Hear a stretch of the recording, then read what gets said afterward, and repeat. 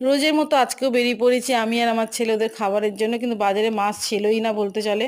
তাই পেট শপে গিয়ে ওদের একটা বিস্কুটও নেওয়ার ছিল, আর আমাদের ঘরের বিড়ালটার কানে না ঘা হয়ে গেছে, ওর একটা ওষুধও নেওয়ার ছিল, তাই গেছিলাম। তাই গিয়ে ওখানে বিস্কুটের প্যাকেট একটা ছোট নিয়েছিলাম, কিন্তু বড় বড় প্যাকেটগুলো দেখে না আমার ভীষণ লোভ লাগে যে আমি কোন দিন একটা প্যাকেট কিনতে পারবো। তাই বাবুদেরকে জিজ্ঞাসা করলাম, বাবুদা এই প্যাকেটগুলোর কিরকম দাম? উনি বললো তুমি নাও, আমি কম করে দেবো। ভীষণ ভালো ভদ্রলোক, সত্যি ওনার তুলনা নেই। উনি জানে আমি কোন পরিস্থিতির মধ্যে থেকে এতগুলো বাচ্চার পেট চালাচ্ছি, তাই উনি আমাকে এই প্যাকেটটা অনেক সস্তাতেই দিয়েছিল। আর এটা নেওয়ার পর আবার চিন্তা পড়ে গেলে কিসে রাখবো, তাই এই যে ডাব্বাটা দেখছেন, এই ডাব্বাটা না উনি আমাকে ফ্রিতেই দিয়েছিল।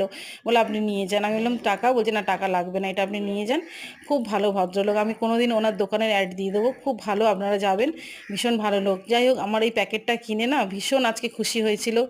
আমি জানি না কে কিসে খুশি পায়, আমি ওদের খাবার যখন জোগাড় করতে পারি না, তখন আমার মনটা ভীষণ খুশিতে ভরে যায়।